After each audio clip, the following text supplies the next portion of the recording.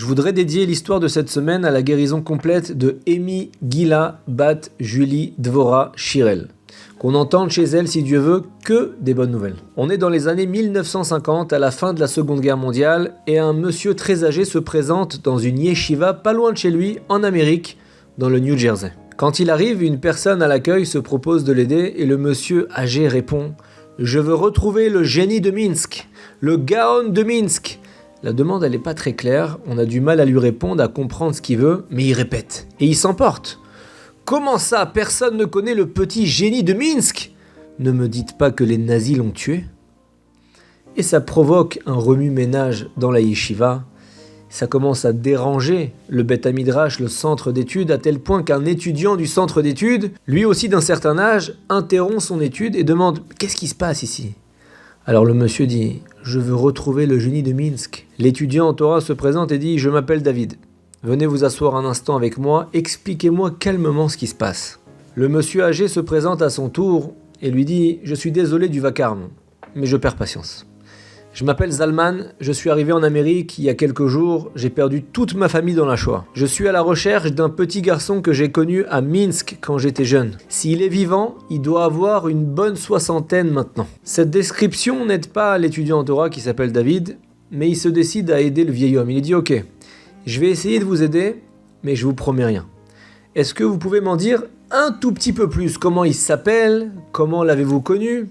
Le vieil homme boit à petites gorgées le café chaud qu'on vient de lui servir et il commence son récit en disant « J'étais un jeune homme. J'habitais chez mes parents dans la ville de Minsk. Minsk était à l'époque en Lituanie, dans l'Empire russe. On était très nombreux dans la famille.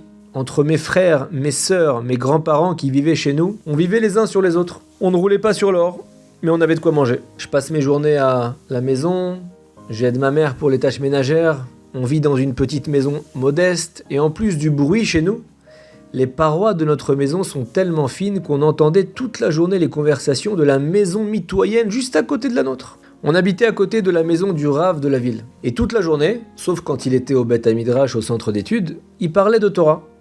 Je suis pas très fier de ce que je fais, mais pour passer le temps, j'écoutais les conversations du Rav, le voisin, ce qui me permettait surtout d'étudier la Torah tout en aidant ma mère à la maison pendant que je nettoyais le sol, que je faisais la vaisselle, etc.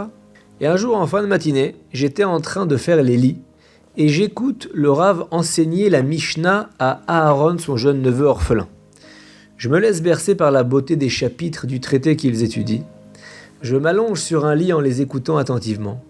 Et là, je me rends compte que le petit garçon est un prodige pour son âge et il arrive à poser des questions très profondes à son oncle, le Rav de la ville. Je suis impressionné par son érudition, un Talmid Chacham tout jeune. Et brusquement, je me suis levé d'un bond. J'ai été tiré de ma torpeur par les pleurs du petit enfant qui éclate en sanglots. Il a commencé à hurler, il a dit « Mon oncle, s'il te plaît, je veux étudier encore plus la Torah. Je sais que tu n'as pas assez de temps pour moi car tu as des responsabilités en tant que rabbin de la ville, mais moi je veux étudier la Torah toute la journée, s'il te plaît, il pleurait. » Et le Rav lui a répondu « Moi aussi j'aimerais tellement mon trésor. Mais tu le sais bien, j'ai pas assez d'argent pour payer le voyage vers Kovno. Et à part le voyage, qui va payer là-bas tes études ?» Quand j'ai entendu ça, j'ai réfléchi quelques longues minutes. J'avais envie d'aider ce garçon, mais comment faire? J'ai réfléchi à mon emploi du temps. C'est vrai que j'ai des mamans à la maison, et c'était une aide indispensable pour elles. Mais j'essayais d'être honnête avec moi-même. Est-ce que c'est ce que j'ai besoin? Est-ce que j'ai besoin d'être à la maison toute la journée? Est-ce que je pourrais pas être plus efficace à la maison pour dégager quelques heures de travail dans la journée? Après cette réflexion que je me suis faite, je me suis rendu compte que je peux trouver du temps à travailler dehors. Et j'ai fait la promesse que chaque kopek que je gagnerai, je vais le consacrer à la Torah de ce jeune garçon-là. Ma mère, la tzadékette, m'a soutenu dans cette décision. Et dès le lendemain, j'ai commencé à vendre des petits pains chauds au marché du village. Ces pains chauds, j'ai appris à les faire pendant que j'étais à la maison. Et je sais moi-même préparer à moindre coût des petits pains. J'ai travaillé autant que possible et rapidement, je me suis rendu compte que mes petits pains rencontraient un certain succès. Au bout d'un mois, j'ai pu économiser une somme importante d'argent et j'ai décidé de l'apporter au Rav. J'ai toqué un soir à la porte du Rav, qui m'a ouvert avec un grand sourire. Il m'a dit « Mon cher voisin Zalman, quel bon vent t'amène !» Là, je lui ai dit « Rav, comme vous le savez, j'ai commencé à vendre des petits pains chauds au marché de Minsk. J'ai ramassé une certaine somme d'argent. Cet argent, je veux vous le donner pour la Torah du petit Aaron. Le Rav était surpris, il m'a regardé fixement dans les yeux, il m'a dit « C'est gentil, mais je ne peux pas accepter. Tu as sans doute beaucoup plus besoin que moi. » J'ai dit au Rav « Je vous demande pardon, Rav. J'ai pris la mauvaise habitude d'écouter vos conversations de Torah à travers les murs de votre maison.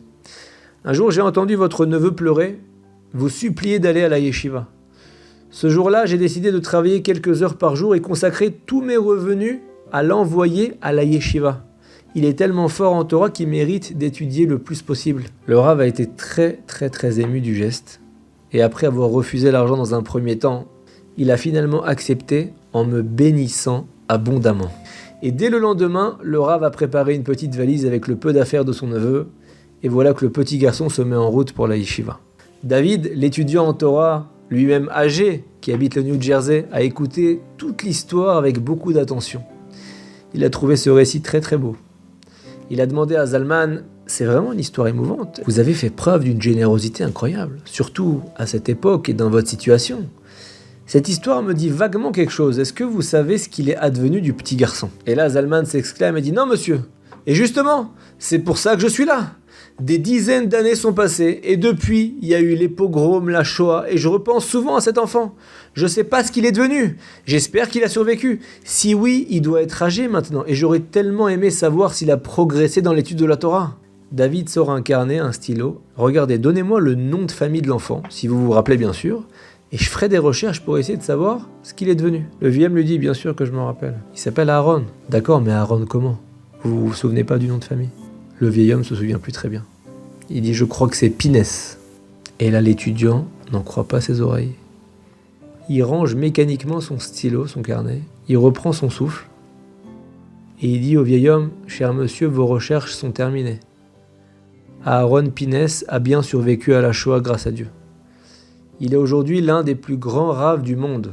C'est mon rave, qui s'appelle Rav Aaron Kotler, le fondateur de la prestigieuse Yeshiva de Lakewood. » Cette histoire magnifique nous rappelle la force méconnue et inconnue de la tzedaka, la charité.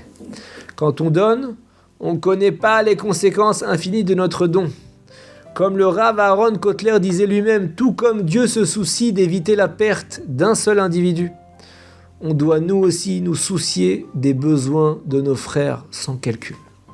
En faisant preuve d'une énorme générosité pour le petit garçon, le vieil homme Zalman ne s'attendait pas à offrir au monde l'un des plus grands cadeaux possibles, un géant de Torah qui a illuminé le monde de sa Torah et qui a permis de créer la Yeshivat Lakewood, un empire de Torah, une usine à Torah aux États-Unis.